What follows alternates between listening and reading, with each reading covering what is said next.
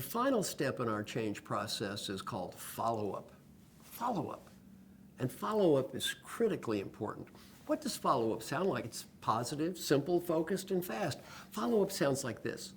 First, after responding and letting people know what and listening and focusing, about every 2 months, say something that sounds like this. Miss Coworker, 2 months ago, I said I wanted to be a more positive and open-minded listener. Based on the last 2 months, give me some ideas for the next 2 months. It's been 4 months based on the last 2 months. Give me some ideas for the next 2 months. It's been 6 months. It's been 8 months. It's been 10 months. What happens if you engage in the kind of disciplined follow-up that I just described? I'm going to answer this not from a theory point of view, but from a research point of view. I'm now going to share a study called Leadership is a Contact Sport. This is a study that involves 86,000 people from around the world. It's a study that's been validated across countries, across cultures, across industries, and at every level of management. Thousands of managers got feedback. They sometimes went to training programs, sometimes had coaches, sometimes some combination.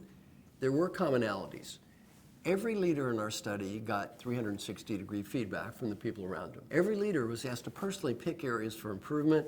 Every leader was asked to do what I've just described earlier, to respond to people, to involve them, and to follow up. And then we did a follow-up research to indicate, has a person become more effective? Not as judged by himself or herself, as judged by everyone around them. What did we learn in our research? First, table one.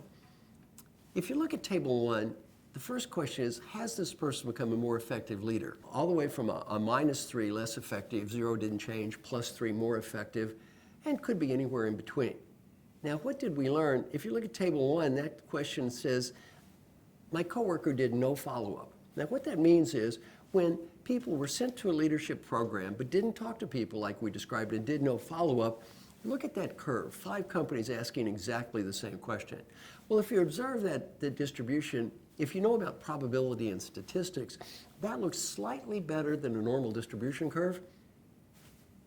I've done a control group study. The control group did this well. Table one, these people might as well have been watching sitcoms as go to a training program or get feedback.